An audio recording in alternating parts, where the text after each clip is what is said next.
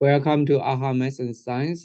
In today's video, we like to discuss the direction of the broad market, specifically where the SP 500 will go next. So here is a chart of SP 500 weekly close for the past 7 decades also. And shown here is also this green curve, which is the 200-week moving average.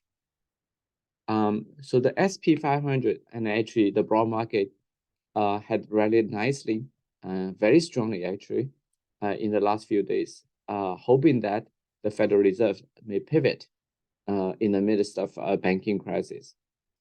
So now we are at this critical level and also a critical moment, and that will determine where the market will go next. And so in this chart, as you can see here, that we have a lot of these small bear markets. For example, this one is 1968, this one is 1980.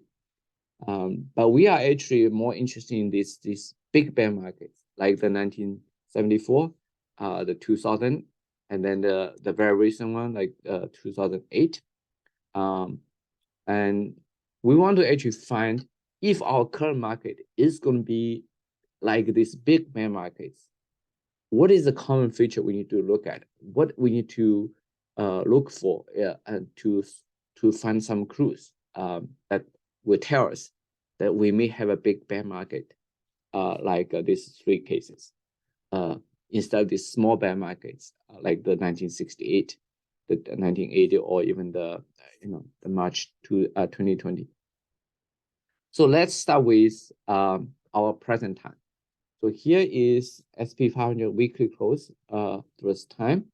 You can see the market topped in January 2022. And then it entered the bear market in the middle of last year. And after some quick drop. Now, since the middle of last year, the index was kind of stuck in this trading range for almost like 9 months. This is the trading range. But we do want to point out that during the October low, you can see that here, the index dipped below the 200-week moving average and then rebounded. And so this is a very interesting feature. And we like to actually see that what the other 3 bear markets look like. And so let's actually step back and then take a look the bear market, the big bear market in 1974, where the major index dropped more than 50%. You can see here, there's an initial quick drop and there's a little bit of consolidation. So this feature, initial drop and the consolidation, very much like what we are having now. And then it dropped below the 200-week moving average. But it did not rebound. It just stayed below the 200-week moving average, and then a little bit more consolidation, and then the market had a very quick and ugly drop to end the bear market. So our current case, we dipped below the 200-week moving average, and then we rebounded. So it looks like our current bear market, even though it's going, we don't know if it's going to be a big bear market like this one, but it's definitely not going to be look at this kind of pattern because we rebounded and we did not stay below the 200-week moving average. So what about the next big bear market? The one happened after the burst of the dot-com bubble in 2000.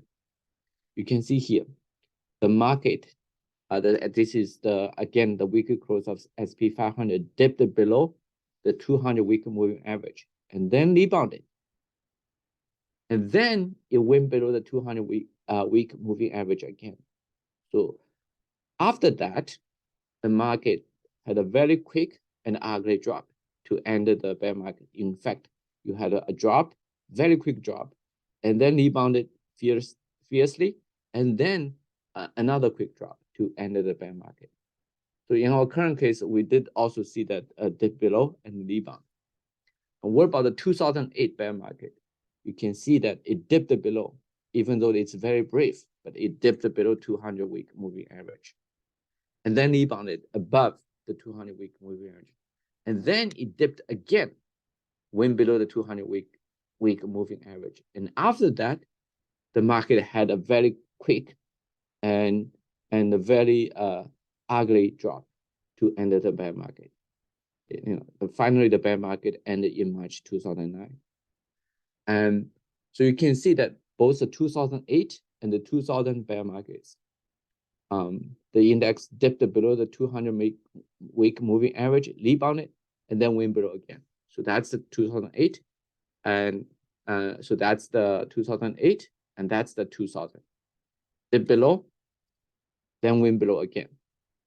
So the question is now, in our current case, we had a dip below the 200-week moving average, even though it's very brief, but it did happen during the October low, October 2022 low, that we actually went below the 200-week moving average. Well, certainly now we are in this kind of rebound mode, and then we are above the 200-week moving average. So if it's a simple bear market, maybe we could be over, just like what happened in the 2020 bear market during the pandemic. So we could have the market went up and then make new highs. That's one likely scenario.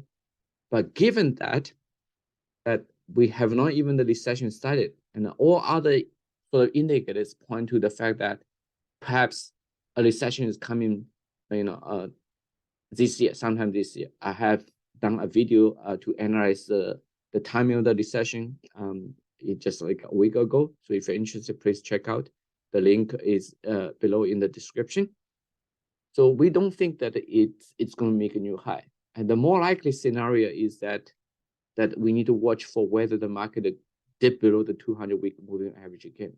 If it does, then we will see a very quick and very ugly drop, just like what happened in the big bear markets. So what's the key level we need to watch for? It's the 200-week moving average. So currently standing at 37.36.